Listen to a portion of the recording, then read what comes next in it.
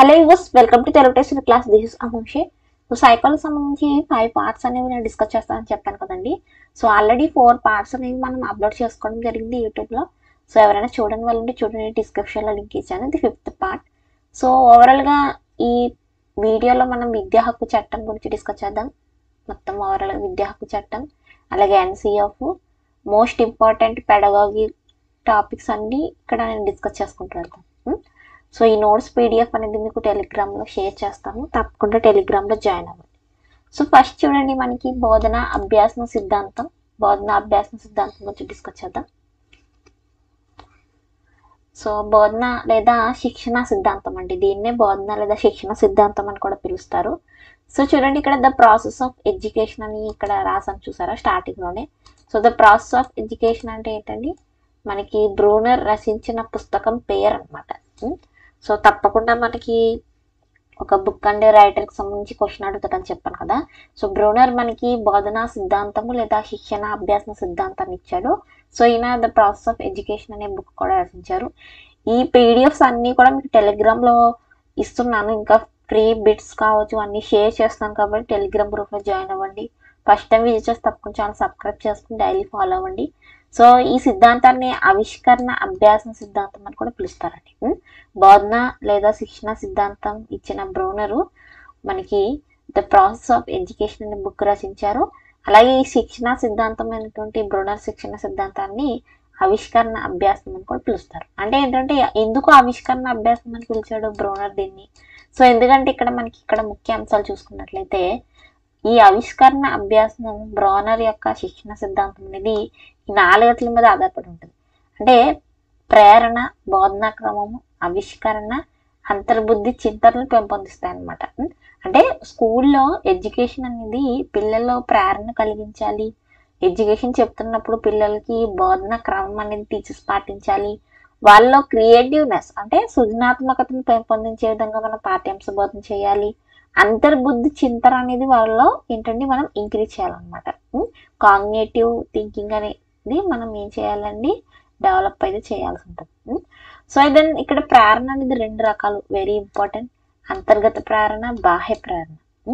So motivation అనమాట. ప్రేరణ అంటే ఏంటి, మోటివేషన్. సో బ్రూనర్ ఏమంటున్నాడంటే స్టూడెంట్స్కి బాహ్య ప్రేరణ కన్నా అంతర్గత ప్రేరణ అనేది మంచిగా ఇవ్వాలంటున్నాడు. అంతర్గత ప్రేరణ అంటే ఏంటంటే అంతర్గతంగా వాళ్ళలో చదువుకోవాలి, నేను నేర్చుకోవాలి అన్న స్కిల్స్ వాళ్ళకి వాళ్ళు డెవలప్ చేసుకోవాలి.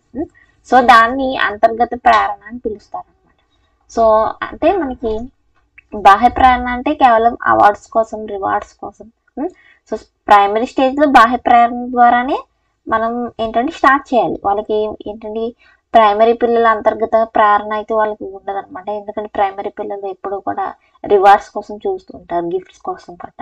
కానీ వెళ్ళే కొద్దీ అంటే హై స్కూల్కి వెళ్ళే కొద్దీ పిల్లల్లో ఏంటంటే దీన్ని స్ట్రాంగ్ చేయాలి, దేన్ని అంతర్గత ప్రేరణని స్ట్రాంగ్ చేయాలి. దెన్ బోధనాక్రమం అంటే ఏంటండి, మళ్ళీ చెప్పించడానికి ప్రేరణలో బాహ్య ప్రేరణలో మనకి అవార్డ్స్ కావచ్చు, గిఫ్ట్స్ కావచ్చు అన్నీ వచ్చేస్తాయి, పొగడతా ఇవన్నీ వచ్చేస్తాయి బాహ్య ప్రేరణ. అంతర్గత ప్రేరణ అంటే ఇవేమీ లేకపోయినా సరే అంతర్గతంగా మోటివేట్ అయ్యి చదువుకోవడం. సో బోధనా క్రమం అంటే ఒక క్రమాన్ని, సో ముందు ఏం చెప్పాలి పిల్లలకి, పూర్వజ్ఞాన పరిశీలన చేయడం, టీఎల్ఎం మన పాఠ్య ప్రణాళికలు ఉంటాయి చూసారా క్రమాలు, అవన్నీ కూడా బోధనా క్రమంలో ఉంటాయి అన్నమాట. ఆవిష్కరణ, పిల్లల్లో ఆవిష్కరణ, సృజనాత్మకత అనేది పెంపొందించేలా ఉండాలి, వాళ్ళ అంతర్బుద్ధి చింతన పెంపొందాలి. ఇవన్నీ కూడా మనకి బ్రూనర్ ఇచ్చిన బోధన శిక్షణ సిద్ధాంతం లేదా ఆవిష్కరణ అభ్యాసం సిద్ధాంతం యొక్క అంశాలు. సో నెక్స్ట్ చూడండి, పునర్బలనాలు, వెరీ ఇంపార్టెంట్. సో పునర్బలనాలు మనకి 3 రకాలు. డైరెక్ట్ ఇక్కడ నుండి బిట్ వస్తుంది. ప్రాథమిక పునర్బలనాలు, గౌణ పునర్బలనాలు, సాంఘిక పునర్బలనాలు. అసలు పునర్బలనం అంటే ఏంటంటే ఏదైనా ఒక కొత్త పని నేర్చుకునేటప్పుడు కానీ, లేదా నేర్చుకున్న పనులు అలా తరచుగా మర్చిపోకుండా అలా సాధన చేయడానికి మనం పునర్బలనాలు ఇస్తూ ఉంటాం అన్నమాట. సో ఏదైనా సరే, ఎవరికైనా సరే ఏదైనా ఒక విషయం నేర్చుకోవాలి అంటే తప్పకుండా ఏం చేయాలి, ఆ విషయం అనేది ముందు మనం నేర్చుకోవాలన్న ఒక కుతూహలత అనేది మనలో కలగాలి కదా. సో ఇది ఇస్తున్నాము, ఇది మన అవసరము, మనకి మనీ వస్తుంది, లేకపోతే మనం అభినందించబడతాం.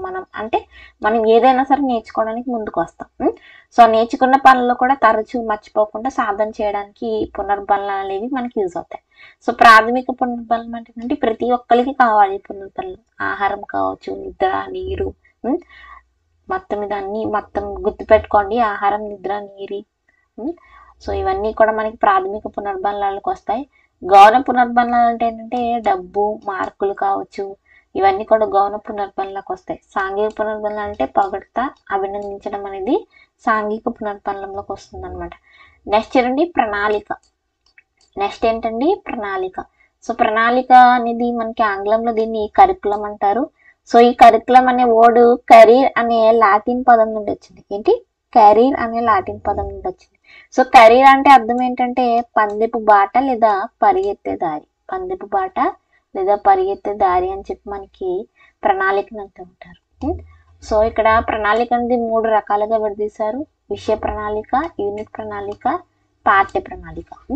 సో విషయ ప్రణాళిక అనేది విషయాన్ని గురించి తెలుస్తుంది. మనం ఏం చెప్పాలనుకుంటున్నాం, ఒక 3rd క్లాస్ పిల్లవాడికి ఏ పాఠ్యాంశాలు ఉంచాలి, so 5th class 6th class పిల్లవాడికి ఏ పాఠ్య పుస్తకంలో ఏ పాఠ్యాంశాలు ఉంచాలి అన్నది మనకి విషయ ప్రణాళిక చెప్తుంది. యూనిట్ ప్రణాళిక అంటే ఒక్కొక్క యూనిట్కి ఎన్నెన్ని ప్రణాళికలు ఉంటాయి అన్నది మనకి యూనిట్ ప్రణాళిక అయితే తెలియజేస్తుంటది అనమాట. సో పాఠ్య పథకం అంటే మనం క్లాస్ స్టార్ట్ చేసే ముందు పీరియడ్కి రాస్తాం కదా, దాన్ని పాఠ్య పథకం అని పిలుస్తారు. సో ఈ విధంగా ప్రణాళికలో మనకి 3 రకాలుగా మనకి ఉన్నాయన్నమాట, ఇంపార్టెంట్. సో పాఠ్య పథకం యొక్క పీరియడ్ ప్లాన్ అండి. పీరియడ్ ప్లాన్ యొక్క సోపానాలు వచ్చేసరికి సన్నాహం, ప్రదర్శన ఆధారపరచడం, సాధీకరించడం, అన్వయించాలి, అలాగే లాస్ట్లో మనం చేసిన ఏమైనా మిస్టేక్స్ చేసామా ఏంటి అన్నది ఒకసారి పునర్విమర్శ, పునరావృతం చేసుకోవాలన్నమాట. ఇది ఆర్డర్ గుర్తుపెట్టుకోండి. నెక్స్ట్ విద్యా హక్కు చట్టం. సో విద్యా హక్కు చట్టం అనేది మనకి 6 నుండి 14 సంవత్సరాల వయసు గల బాల అందరికీ కూడా ఉచితంగా నిర్బంధ విద్య, right of children to free and compulsory education గుర్తుపెట్టుకోండి. మనకి ఒక్కసారి అబ్రివేషన్ అడుగుతాడు, right of children to free and compulsory education. So ఇది మనకి అమల్లో ఎప్పుడు వచ్చింది అంటే ఏప్రిల్ 1వ తేదీన మనకి 2010లో అమలు చేశారు. ఇందులో అధ్యాయాలు 1 అండి, సెక్షన్ 1. మొత్తం చట్టంలో 7 అధ్యాయాలు ఉన్నాయి. అధ్యాయం 1 ద్వారా మనకి ఇక్కడ తీసుకొచ్చారనమాట. సో మొత్తం మనకి ఈ ఆర్టీ యాక్ట్లో మొత్తం అధ్యాయాలు 7, సెక్షన్లు 38, షెడ్యూల్ 1. ఈ రోజు ఏంటండి ఏప్రిల్ 1వ తేదీకి మాత్రం మనకి అధ్యాయం 1 సెక్షన్ 1 ద్వారా తీసుకురావడం జరిగింది. ఇది గుర్తుపెట్టుకోండి. ఇందులో ఉన్న సెక్షన్లు మొత్తం 38, అధ్యాయాలు 7. నెక్స్ట్ నుండి ఉచిత నిర్బంధ ప్రాథమిక విద్యకు సంబంధించి ప్రాథమిక హక్కులు చేరుస్తూ రాజ్యాంగ సవరణ చేశారు. ఆ రాజ్యాంగ సవరణ సరికి మనకి 86 సవరణ ద్వారా మన రాజ్యాంగంలో ఈ ప్రాథమిక విద్యను ప్రాథమిక హక్కులు చేర్చడం ఏం చేశాడు, ప్రాథమిక టీచర్ల ఖాళీలను పూర్తి చేయాలి, భర్తీ చేయాలని చెప్పే ఆర్టికల్ వచ్చేసరికి ఆర్టికల్ 26. సో అమలు తేదీ గుర్తుపెట్టుకోండి. పార్లమెంట్ ఆమోదం కూడా జరిగిన తేదీ అనమాట. ఇది ఏప్రిల్ 1, 2010లోనే మనకి ఆర్టీ యాక్ట్ వచ్చింది. సో విద్యను ఉమ్మడి జాబితాలో ఎన్నో రాజ్యాంగం ద్వారా చేర్చారండి. ఉమ్మడి జాబితా అంటే కేంద్ర రాష్ట్ర ప్రభుత్వాలు ఇద్దరు కూడా ఉమ్మడిగా విద్య కోసం కృషి చేయాలన్నమాట 42వ సవరణ ద్వారా.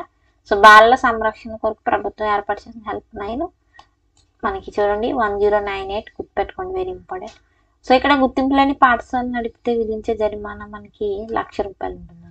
₹1,00,000 జరిమానా అయితే మనకి ఉంటుంది. సో అలాగే ఇక్కడ ఆర్టీ యాక్ట్ ప్రకారం ఎన్ని కిలోమీటర్ల పరిధిలో మనకి తరగతి గదులు, పాఠశాలలో ఉండే తరగతులు కావచ్చు, పాఠశాలలు కావచ్చు స్థాపించాలంటే 1 kilometre. Next very important SMC, school management committee అండి, వెరీ ఇంపార్టెంట్.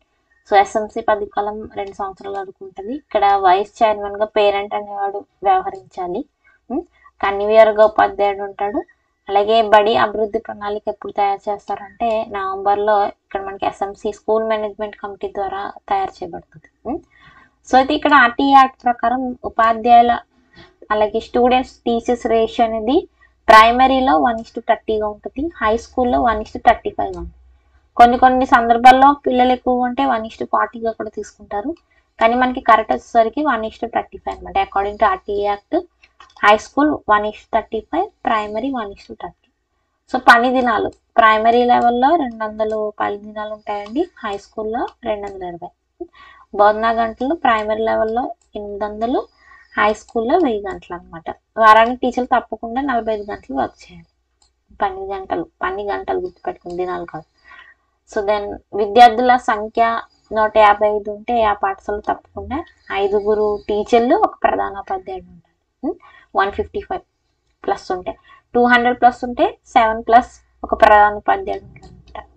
ఇది primary students and teacher ratio, ఇది high school students and teacher ratio.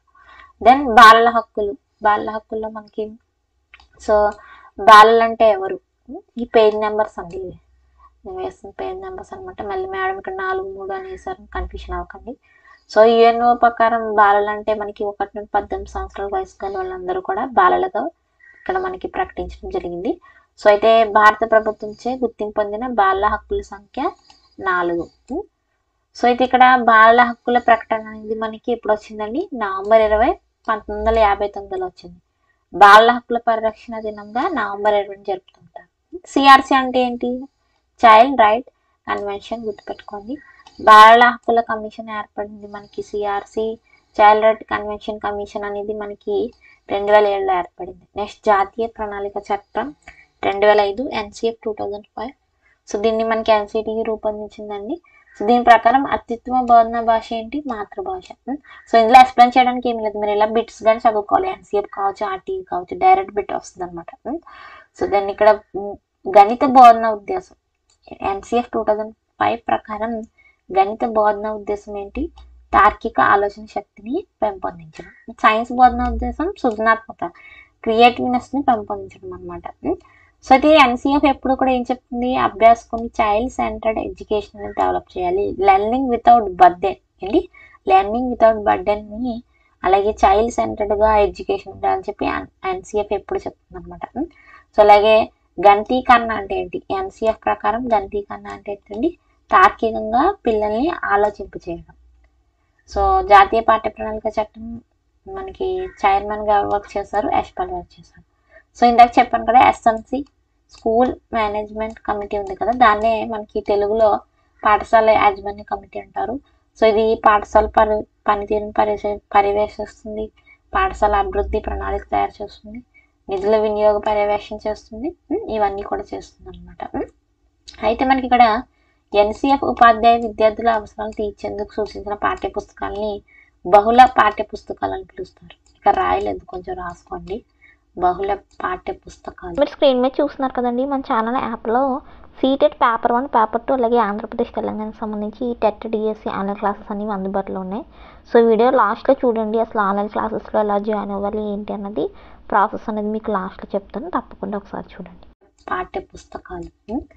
So then next ప్రత్యేక విద్య, సమ్మిళిత విద్య. సో విద్యార్థులందరికీ ఒకే పాఠ్య ప్రణాళికను రూపొందించి బోధించడానికి సమ్మిళిత విద్య అంటారు. దీన్నే విలీన విద్య అని కూడా పిలుస్తారు. అంటే ప్రత్యేక అవసరాలు గల పిల్లలు కూడా సాధారణ పిల్లలతో పాటు సాధారణ పాఠశాలలో కలిసి అభ్యసించే విద్యా విధానాన్ని మనం విలీన విద్య అంటారు. సో ముందు ఎవరికైనా పాక్షికంగా దృష్టి లోపం ఉన్నా సరే, పాక్షికంగా వినికిడి లోపం ఉన్నా, వీళ్ళు ఇంకా ఏంటంటే వీళ్ళకి ఏదో ఉంది డిసీజు, వీళ్ళని తీసుకెళ్లి ప్రత్యేక పాఠశాలలో చేర్పించండి, నార్మల్ పిల్లలతో జాయిన్ చేయొద్దు అని ఉండేది. సో ఇప్పుడు మొత్తానికి కళ్ళు కనిపించకపోతే, మొత్తానికి వినిపించకపోతే వాళ్ళకంటూ స్పెషల్గా స్కూల్ పెట్టాలి. అంతేగాని పాక్షికంగా వినికిడి లోపం, పాక్షికంగా చూడకపోవడం, సో ఇలాంటి వాళ్ళని మనం సాధారణ పిల్లలతో కూడా పెట్టి పాఠ్య బోధన చేయొచ్చండి. సో అలా మనకి ప్రత్యేక అవసరాలు గల పిల్లలు, ఇలాంటి పిల్లల్ని సాధారణ పిల్లలతో, అన్ని బాగున్న పిల్లలతో కూడా కలిపి పాఠ్య బోధన చేస్తే దాన్ని విలీన విద్య, సమ్మిళిత విద్య అంటారు. సో బుద్ధి బాంధులకు సహా విద్యార్థులచే అందించే బోధనని చిన్న సముదాయ బోధన అంటారు. మెయిన్ గా ఇక్కడ ఈ ప్రోగ్రామ్ అనేది ఇక్కడ డెవలప్ చేస్తున్నారు స్కూల్స్ లో, ఇండివిజువలైజ్డ్ ఎడ్యుకేషన్ ప్రోగ్రామ్ అండి. దీన్నే తెలుగులో వైయక్తిక విద్యా పథక కార్యక్రమం అంటారు. సో ఈ కార్యక్రమంలో మనకి 3 దశలు ఉంటాయి. ముందు సూచన దశ, నిర్ధారణ దశ, నెక్స్ట్ బోధించే దశ. సో ఇక్కడ చూడండి, ఇవన్నీ కూడా మనకి ప్రతిభావంతులు ఉంటారు కదా, అంటే మంచిగా క్రియేటివ్ లెర్నర్స్ అనమాట. సో వాళ్ళకి ఇక్కడ మనకి పృథక్కరణం, త్వరణం, సమృద్ధి మతం అనే సెగ్రిగేషన్, సో ఈ కార్యక్రమాలన్నీ మనకి ప్రతిభావంతులకు చేస్తుంటారు. అట్ ది ఎండ్ మూల్యాంకనం. సో మూల్యాంకనం అసలు ఎప్పుడు చేయాలి, మూల్యాంకనం అనేది జట్టుల్లో చేయాలి, ప్రయోగాలు చేస్తున్నప్పుడు చేయాలి. అంటే ఎల్లప్పుడూ నిరంతర సమగ్రంగా ఎప్పుడు కూడా చేస్తూనే ఉండాలి. తరగతి గది లోపల అలాగే బయట కూడా ఎప్పుడు చేస్తూ ఉండాలి. మూల్యాంకనం అనేది మనకి జట్టు మూల్యాంకనం, స్వీయ మూల్యాంకనం, సహ విద్యార్థి మూల్యాంకనం ఉంటుంది. సో అంటే జట్టు మూల్యాంకనం అంటే ఏంటంటే పిల్లలు జట్టులో పాల్గొంటున్నప్పుడు చేసేది. స్వీయ మూల్యాంకనం అంటే చూడండి మనకి ఇక్కడ నేనేమి చేయగలను అని చెప్పి పాఠ్య పుస్తకాల వెనకాల ఉంటాయి చూసారా, అవన్నీ పిల్లవాడి యొక్క స్వీయ మూల్యాంకనంలో భాగంగా ఇవ్వడం జరిగింది. సో సహ విద్యార్థి మూల్యాంకనం అనేది జట్టు మూల్యాంకనంలో భాగంగా గ్రూప్ డిస్కషన్స్ లో జరుగుతుంది అనమాట, కృత్యాలు చేస్తున్నప్పుడు. సో మనకి ఇక్కడ మూల్యాంకనం అనేది 2 రకాలు. ఒకటి రూపణ మూల్యాంకనం, ఇంకొకటి సంగ్రహణాత్మక మూల్యాంకనం. అంటే రూపణ మూల్యాంకనాన్ని నిర్మాణాత్మక మూల్యాంకనం అని కూడా పిలుస్తారు, గుర్తుపెట్టుకోండి. ఒకసారి ఆప్షన్ లో మీకు నిర్మాణాత్మక, సంగ్రహణాత్మక అని ఇవ్వడు. నిర్మాణాత్మక మూల్యాంకనానికి బదులుగా రూపణ మూల్యాంకనం అని అడుగుతుంటాడు. సంగ్రహణాత్మక మూల్యాంకనానికి బదులుగా సంకలన మూల్యాంకనం అని అడుగుతుంటాడు. సో వీడియోని మాత్రం మీరు లైక్ చేయడం మర్చిపోతున్నారు, లైక్ చేయండి తప్పకుండా. సో నిర్మాణాత్మక మూల్యాంకనం ఎప్పుడు చేస్తాం? పాఠ్య బోధన చేస్తున్నప్పుడు నిర్మాణాత్మక మూల్యాంకనం అనేది మనం చేస్తూ ఉంటాం అన్నమాట. ఒక టీచరు లెసన్ బోధిస్తూ ఉన్నప్పుడు మధ్య మధ్యలో క్వశ్చన్స్ అడుగుతూ ఉంటాడు కదా అటెన్షన్ కోసం, అప్పుడు చేసే మూల్యాంకనం రూపణ లేదా నిర్మాణాత్మక మూల్యాంకనం. పాఠ్య బోధన మొత్తం పూర్తయిన తర్వాత లాస్ట్ లో ఒక టెస్ట్ అనేది పెడతాం కదా ఆ లెసన్ కి సంబంధించి. సో దాన్ని సంగ్రహణాత్మక లేదా సంకలన మూల్యాంకనం అంటారు. దెన్ లోప నిర్ధారణ మూల్యాంకనం, డయాగ్నోస్టిక్ టెస్ట్ అండి. ఇది ఎప్పుడు పెడతామంటే అసలు విద్యార్థి తక్కువగా ఉన్నప్పుడు, వాడు ఏమైనా అభ్యాసాన్ని మెరుగుపరచడానికి సరిగ్గా చదవట్లేదు, మార్క్స్ తక్కువ వస్తున్నాయి, అలాంటప్పుడు మనం ఏం చేయాలండి, వాడిని డయాగ్నోస్ చేయాలి. వాడి యొక్క లోపాలని నిర్ధారించడానికి మనం ఈ మూల్యాంకనం చేస్తాం, వాడి అభ్యాసాన్ని మెరుగుపరచడానికి. సో మనం లోప నిర్ధారణ మూల్యాంకనం చేస్తాం. నెక్స్ట్ ఈ ప్రశ్నలు కూడా క్వశ్చన్స్ వస్తూ ఉంటాయి. ఏకాంతర ప్రశ్నలు అంటే ఏంటి, సాదృశ్య ప్రశ్నలు అంటే ఏంటి? ఏకాంతర ప్రశ్నలు అంటే సత్యం, అసత్యం, అవును కాదు, ఎస్ఆర్ నో టైప్ క్వశ్చన్స్ ని ఏకాంతర ప్రశ్నలు అంటారు. చూడండి ఇక్కడ ఇలా ఉంటుంది చూసారా, ఏకవార్షికం, చింత, అలాగే ఇక్కడ ఏంటి నెక్స్ట్ ఇక్కడేమో బహువార్షికం ఉంటుంది, ఏకవార్షికం, బహువార్షికం, ఇక్కడ ఏంటి. సో ఇలాంటి టైప్ క్వశ్చన్స్ ని సాదృశ్య ప్రశ్నలు అంటారు. సో మనకి ఇక్కడ ఇవి చాలా ఇంపార్టెంట్. లక్ష్యాత్మక ప్రశ్నలు అలాగే వ్యాసరూప ప్రశ్నలకి FEDI సంబంధించి సూత్రం అడుగుతున్నాడు డైరెక్ట్ బిట్. సో FE అంటే ఫెసిలిటీ వాల్యూ, DI అంటే విచక్షణ గుణకం అనమాట. సో FE అంటే సౌలభ్య విలువ, మనకి DI అంటే డిఫరెంటియేషన్ ఇండెక్స్, విచక్షణ గుణకం. సో లక్ష్యాత్మక ప్రశ్నల యొక్క FEDI. సో లక్ష్యాత్మక ప్రశ్నల యొక్క FEని సరైన సమాధానం రాసిన వారి సంఖ్య ఇంటూ మొత్తం పరీక్ష రాసిన వారి సంఖ్య ఇంటూ 100 చేసేస్తే మనకి FE వచ్చేస్తుంది. సో ఇక్కడ మనకి HAGలో ఉన్న సరైన సమాధానం రాసిన వారి సంఖ్య మైనస్ LAGలో ఉన్న సరైన సమాధానం రాసిన వారి సంఖ్య బై HAGలో ఉన్న విద్యార్థుల సంఖ్య చేస్తే మనకి లక్ష్యాత్మక ప్రశ్నల యొక్క, ఇక్కడ HAG అంటే ఏంటి, LAG అంటే ఏంటి అంటే HAG అంటే హయ్యర్ ఎబిలిటీ గ్రూప్, LAG అంటే లోయర్ ఎబిలిటీ గ్రూప్, MGE అంటే మిడిల్ ఎబిలిటీ గ్రూప్ అండి, గుర్తుపెట్టుకోండి. సో అలాగే వ్యాసరూప ప్రశ్నలు కూడా మనకి ఈ విధంగా ఉంటుంది అనమాట. ప్రశ్నకు సమూహానికి వచ్చిన సగటు మార్కులపై ప్రశ్నకు ఇవ్వగల గరిష్ట మార్కు ఇంటూ 100 వ్యాసరూప ప్రశ్నలకు సంబంధించి FE. అలాగే DI అంటే ప్రశ్నకు HAG సగటు మార్కు మైనస్ ప్రశ్నకు LG సగటు మార్కు బై ప్రశ్నకు ఇవ్వగల గరిష్ట మార్కు. ఈ సూత్రాలు గుర్తుపెట్టుకోండి, ఇంపార్టెంట్. సో దెన్ అభ్యాసంగా మదింపు, అభ్యాసం కొరకు మదింపు, అభ్యాసం యొక్క మదింపు. సో రోజువారీ అభ్యాసాన్ని కొంచెం కొంచెం కాకుండా మొత్తం ఒకేసారి మదింపు చేయడాన్ని మనం అభ్యాసం పరంగా మదింపు అంటామండి. అభ్యాసంగా మదింపు అంటే ఏంటి, మొత్తం అభ్యాసంలో తరగతి లోపల బయట నిరంతరంగా కొంచెం కొంచెం కాకుండా మొత్తం ఓవరాల్ అన్ని పిల్లవాడి యొక్క ఓవరాల్ డెవలప్మెంట్ మనం చేసే మదింపే అభ్యాసంగా మదింపు. అభ్యాసం కొరకు మదింపు అంటే మనం జట్టు కృత్యాల్లో లెసన్స్ చెప్తున్నప్పుడు బోధనాభ్యాసంలో భాగంగా పిల్లవాడిని అసెస్ చేస్తాం కదా, దాన్ని అభ్యాసం కొరకు మదింపు అంటారు. సో ఇక్కడ అభ్యాసం యొక్క మదింపు అనేది మనకి పిల్లల యొక్క మార్కులు గ్రేడ్ల రూపంలో కనిపిస్తూ ఉంటుంది అనమాట. సో ఇది ఓవరాల్గా video. So TET plus DSE combo offers ఉన్నాయండి. HGT course just 199 rupees. So ఇప్పుడు జాయిన్ అయితే మీకు ఇది DSE కూడా యూజ్ అవుతుంది ఈ కోర్సు. ఇంట్రెస్ట్ ఉన్న వాళ్ళు జాయిన్ అవ్వండి, యాప్ డౌన్లోడ్ చేసుకోండి. సీటెట్ పేపర్ 1 పేపర్ 2 క్లాసెస్ కూడా ఉన్నాయి మన ఛానల్ యాప్లో. సో ఇదండి ఓవరాల్గా. సో డైలీ ఫాలో అవ్వడండి మొత్తం. ఇప్పుడు మనం క్వశ్చన్ అండ్ ఆన్సర్స్ మంచి మంచి ప్రిపరేషన్ టిప్స్ కూడా డిస్కస్ చేద్దాం. Then thank you for watching. So Google Play Store నుండి మన ఛానల్ యాప్ని డౌన్లోడ్ చేసుకోండి. సో యాప్ డౌన్లోడ్ అయిన వెంటనే మీరు స్టోర్ అనే ఆప్షన్కి వెళ్ళండి. స్టోర్ అనే ఆప్షన్ కనిపిస్తుంది కదండి.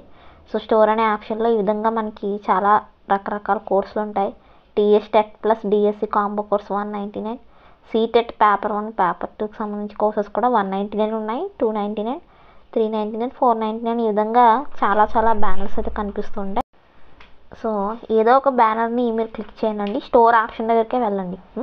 చూడండి మనకి ఇక్కడ 199 అండి. టెట్ ప్లస్ డిఎస్సి 3 నెలల వ్యాలిడిటీతో మీకు కంటెంట్ అని క్లిక్ చేస్తే కంటెంట్లో మీకు వీడియోస్ ఉంటాయి చూడండి. 225 వీడియోస్, 225 వీడియోలు అనమాట. Psychology, try methods, sample videos కూడా ఉంటాయండి. చూడండి ఇక్కడ శాంపుల్ వీడియోస్ కూడా ఉంటాయి. నెక్స్ట్ ఐ యామ్ ఇంట్రెస్టెడ్ అని ఉంటుంది, దాన్ని క్లిక్ చేయండి. కింద ఐ యామ్ ఇంట్రెస్టెడ్ అని ఉంటుంది బ్యానర్ కింద. స్టోర్ ఆప్షన్లో ఈ బ్యానర్ ఉంటుంది, 199 బ్యానర్. ఐ యామ్ ఇంట్రెస్టెడ్ అని వెంటనే చూసారా ఇక్కడ లింక్ వచ్చేస్తుంది. మెసేజ్కి కానీ వాట్సాప్ కానీ ఒక లింక్ వస్తుంది అనమాట. చూడండి ఒక లింక్ వచ్చింది చూసారా, ఆ లింక్ని క్లిక్ చేయండి. లింక్ని క్లిక్ చేసిన వెంటనే మీకు ఈ విధంగా పేమెంట్ అనేది లోడింగ్ అవుతుంది. సో మెసేజ్ బాక్స్లో వచ్చిన లింక్ క్లిక్ చేస్తే ఈ విధంగా వస్తుంది అనమాట. అదే వాట్సాప్కి అయితే by now I am interested అని ఉంటుంది. సో ఫోన్పే అనేది మీరు తప్పకుండా ఉండాలి. ఫోన్పే ద్వారా మీరు పేమెంట్ అయితే చేయొచ్చు అనమాట. సో ఫోన్పే అనేది క్లిక్ చేసిన వెంటనే మీ పేమెంట్ అనేది ప్రాసెస్ అవుతుంది. ప్రొసీడ్ టు పే అని ఉంటుంది కదా, దానికి మీరు పేమెంట్ చేసేస్తే పేమెంట్ అయిపోతుంది. So after payment content option దగ్గర మీకు ఫోల్డర్స్లో వీడియోస్ క్లాసెస్ అనేవి ఓపెన్ అయిపోతాయి. సో అదేవిధంగా చాలామంది ఫ్రీ మెటీరియల్ అనేది ఏ విధంగా చూడాలి సో అన్నది అడుగుతున్నారు. సో మీరు ఇక్కడ స్టోర్ ఆప్షన్లో బ్యానర్స్ దగ్గర చూడండి, ఇక్కడ మనకి ప్రొఫైల్ ఉంటుంది కదండి, స్టూడెంట్ ప్రొఫైల్. అక్కడ ఫ్రీ మెటీరియల్ కూడా ఉంటుంది. ఇంపార్టెంట్ బిట్స్ కావచ్చు, టెట్ డిఎస్కి సంబంధించిన నోట్స్ కావచ్చు ఉంటుంది. స్టూడెంట్ ప్రొఫైల్లో మీకు ఫ్రీ మెటీరియల్ అనేది ఉంటుందన్నమాట. ఫ్రీ మెటీరియల్ ద్వారా మీరు చూడొచ్చు. కోర్సెస్ కావాలంటే స్టోర్ ఆప్షన్ దగ్గర బ్యానర్ క్లిక్ చేసి సేమ్ ప్రాసెస్ అనేది ఫాలో అవ్వాలి.